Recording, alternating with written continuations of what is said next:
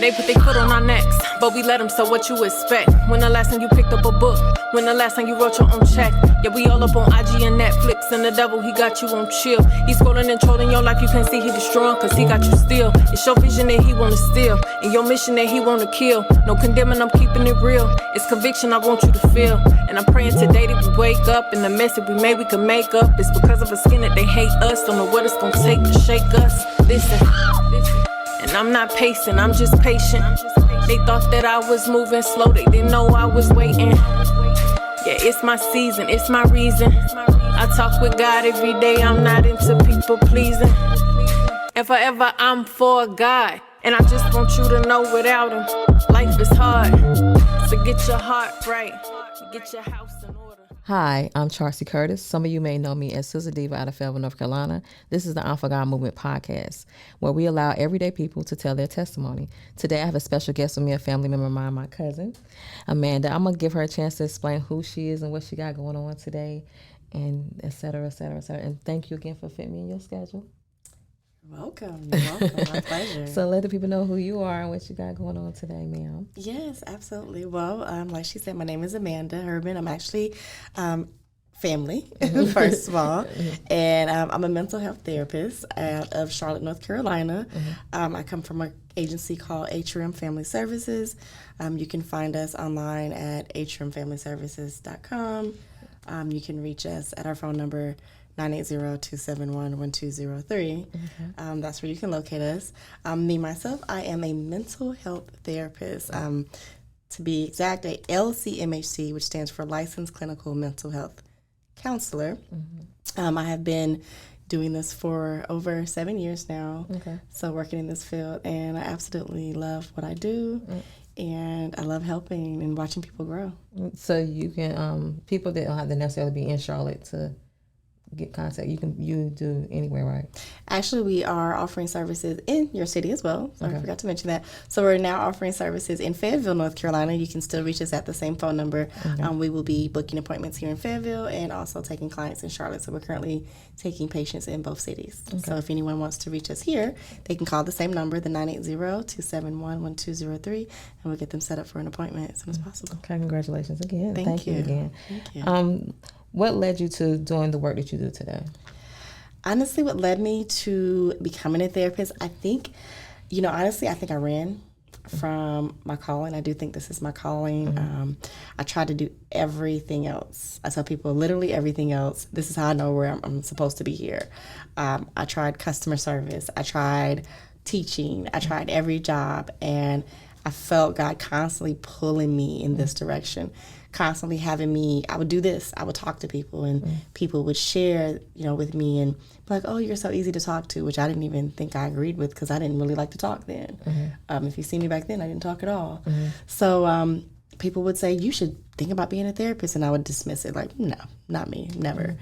Kept dismissing it, and then I think one day I was literally sitting and getting ready to decide what I wanted to do in my master's, and something just was like, look in that direction. And as I began to look, it felt like the right direction. And it just, they say when it's the right thing, it feels easy. And it just felt easy. It felt like the right way to go. And I haven't looked back since. Okay. What are some key lessons or insight you have gained from your experience on what you do today that you can tell our listeners? Key lessons. Oh, gosh. Key lessons is check on yourself. A big one that I use with my clients is, I give them that example from, when you get on a plane, they say, put your mask on, right? Or they give you that whole spiel. Then they finally get to put your mask on and then check on your neighbors. It's really important that we do that because oftentimes we try to check on our neighbor and you're like mid-drowning. And you're not helping your neighbor. You're actually taking your neighbor with you. So we will try to help everyone around us. We'll try to, be this thing for everyone, and we really just don't have that capacity, ultimately sinking at the same time.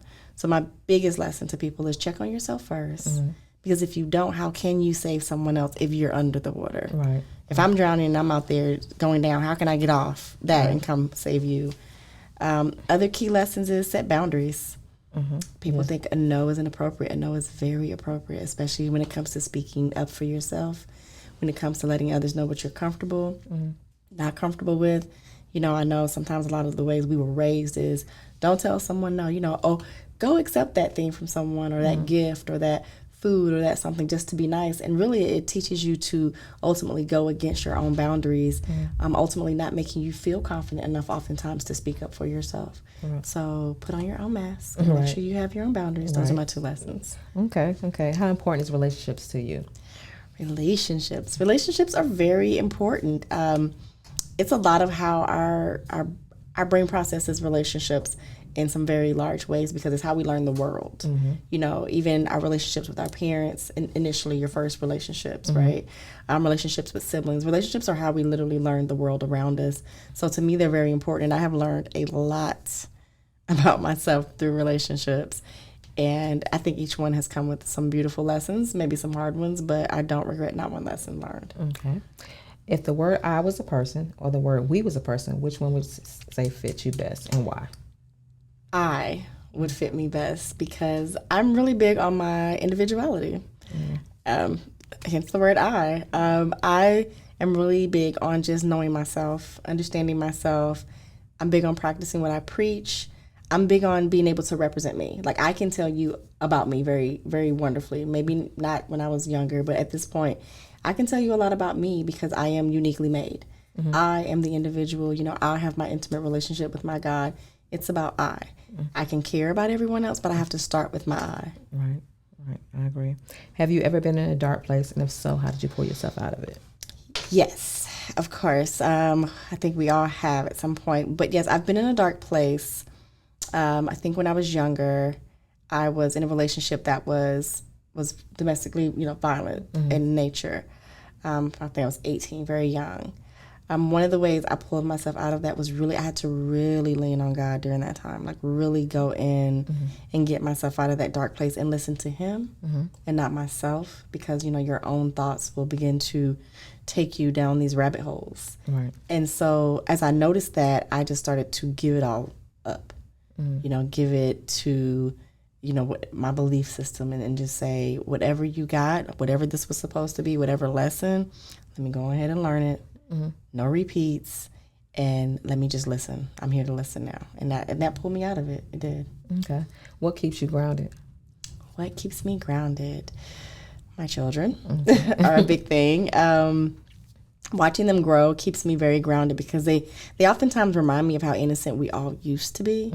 We were all we were unafraid as children, right? We were very courageous, we were adventurous, we were all those things that we're not anymore because we're too busy judging ourselves now. We're too busy saying, well, I don't want to look like this when I go somewhere, people are going to judge me, which is you judging yourself, right? Yeah. And as a child, you didn't care. No. You didn't care what you looked like, you didn't care who said what. All you knew was, I want to feel good today, I want to play, I want to eat my favorite snacks, I want to be happy. And we've lost that focus, and watching my children reminds me that, life is just simple. It's as simple as you make it, and my kids make their lives very simple. So they keep me in that place where I'm like, I just want to keep connected with that inner child and just keep life simple and get up in the morning and decide what I want to do for the rest of the day. Okay. You being a therapist, how do you feel about, like nowadays they trying to say, let's allow the kids to make decisions at a young age. How do you feel about that? I think everything comes with balance, and there is a right and wrong way to do that. I think there should be some reasoning there. There should be some guidance. Yes. I would say the biggest one is guidance. As adults, we are here to guide them. So if we're not guiding them on how to make those decisions, what decisions should come now, what decisions should come later, then are we really providing them with the best opportunities or the best guidance we could if we're just letting them free fall? Right? So if we're going to do our job, we've got to help them understand what choices are appropriate at what age. Right? So that's kind of how I feel about that. I feel you. How did you turn your pain into power? How did I turn my pain into power? When I was in my most pain, I would say it was during a very tumultuous time, or the roundabout of my marriage. I decided that I was going to use that energy to start to build internally first, then externally. And that's actually one of the I want to say the births of my company, but during that time I began to just write and plan and create and change my focus from just sitting at home being sad for myself or upset with the world or upset with the person or why me's all day, I begin to create, like, what is my future going to look like? What do I want my next steps to be? Once this pain is over, what do I want my life to look like? And so I begin to turn that pain into a power. Okay. What would you like people to know about you that they don't know? That I am a pretty sensitive person. I think when people meet me initially and some of the opinions I have, and I think sometimes it can be a family trait, it's like, oh, they're quiet and they're standoffish and they don't want to talk, or stuck up, is the normal typical word, or she's so hardcore, she's so, tough. And while I can be on the inside, I'm just sensitive. I need love, I tell people I cry, I'm just a little softy. I didn't even talk until much later, so I was very shy growing up. So very sensitive during that time, emotions and just to myself. But yeah, I'm a pretty sensitive girl. Okay. What would you tell that lady out there that's mentally going through something? That lady, that woman, yeah. Well, that woman and or man, anyone who's going through something, for one, you're not alone. That's the biggest one. You're not by yourself. Most of us, if not now, at some point have gone through it, are going through. And when I say it, I mean something. We're all going through or have gone through something. Most people. It's not over is another one. This is not forever. This is just right now. Don't let it, completely derail you. It can feel like it's going to derail you. It can feel like it's literally the end, but it's not if you don't allow it to be. There is a tomorrow. There is a next year. There is 2 years from now where you will look back and be like, wow, that was rough. But here I am 2 years later. I survived it, and here's my testimony. Here's my story. Right. But it's not over. Yeah. What would you tell the people, like, as far as how important it is to talk to a therapist? Ooh, it is.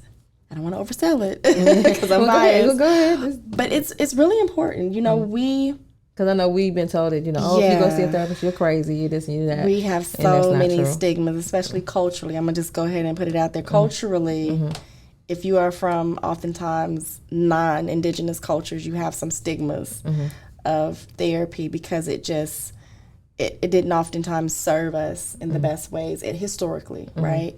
But it's really important because we oftentimes are people of culture. And I say culture, I don't use the word color, but people of culture. We oftentimes have some type of struggle to, whether it's to fit in, no matter the color of your skin, brown, beige, whatever, oftentimes to fit in, to understand yourself, to understand your own culture, even where you're from, or your parents, whether they were born here or whether they moved here as immigrants. Oftentimes that can be a very difficult journey. And if you don't deal with some of those, I don't want to automatically say they're traumas, but if you don't deal with some of the impact that has had on you, it will follow you. It will follow you into teenage years, adulthood, late adulthood, up until the end, and we take those things with us all the time. So therapy is really important because that's where you will go and deal with some of that stuff. You'll unlearn some of those negative habits, like thought patterns that we learn, like don't ask for help, which is a big one, right? We learn not to, because you shouldn't ask for help, because if you do, something's wrong with you. And actually, I used to tell, I did a speech and I told people, look around the room, right? The strongest person in the room is not the person that's not asking for help. The strongest person in the room is the one that's breaking down. Yeah. Because do you know how brave you got to be to break down in a room full of people? Yeah. You have got to have some strength. So unlearning those stigmatism and those patterns is really important. Yeah, that's true. Yeah. That's real true. What was that moment like when you realized God was real without a shadow of a doubt? That moment changed me for forever. What it was like was realizing that I don't have to do this alone. A lot of these battles are not mine. And I genuinely can oftentimes trust and lean and learn and listen and put down whatever sword I thought I needed to pick up and defend myself and really just allow him to do what he came to do. Okay. What's more important to you, loyalty, love, or respect? Love. Okay. Love is more important because I feel like it's the breeding ground for respect and loyalty. Okay. Oftentimes when you feel love, and we say love is an emotion, but it's also an action. When you love someone, you respect them. When you love someone, there's loyalty. So love encompasses those things. So I think love is very important. Okay. Well, we know we family. It's my cousin, y'all. But what came to your mind when you first seen the word for God? What did it came to your mind? Honestly, and I'm glad I get to share this with you, because I knew a lot of the things that had transpired in your life, and just I've been around you for some time. I was like, wow, she's really about to do this. Like, God is really doing what he needs to do with her. I was just so happy to see it because I knew your journey. And I was like, this is what she needed. She needed this. She needed this. And I was just crazy proud of you. Thank you. And I felt that for you. I felt like he's about to use her. This is going to be real good. I'm here for every bit of it. Like, I think I even called you like, oh my God, like, I was in Texas. I called you. Yeah. And I felt it. I felt the movement that he was about to, it was just like, it was a crazy proud moment. And I knew he was going to use you. And I'm happy. Thank you. And look for the future, y'all, because we're going to be doing something together. Yes. We're going to do definitely something together. Yes, we do. Leave the people with something positive. Something positive. Always make sure to take care of yourselves. Always make sure to care for yourselves before you care for others. And know that, again, this is not your forever. If you're in a place where you just can't do it, this is not forever. This is for now. Trouble does not last always. It really does not. It may feel like it's going to, but it just doesn't. And it can last a long time. Let's be real clear, because someone may rebuttal that and say, well, I've been in this situation for a while. Yes, but also you have choices. That's what we lose power when we give up choice. My therapist blew my mind when she said, it's only because you allow it. Exactly. She floored me and empowered me all in one speech, because man, I really allowed some of this stuff. Yeah. And I had a choice. Yeah. I could have gotten up and left. I could have changed my trajectory. I could have said no. Yeah. So it's not over, but also take control. Take it back. Well, even if it was taken from you, take control back of whatever situation you have, and realize the only things that happen in your life are the things you allow. Yeah, true. I like to say, don't let it control you. You control it. Absolutely. Yes. And like I always say, thank y'all for tuning in. I love you. God loves you more. Like I said, you never know who I'm going to have on here. Until next time. See you.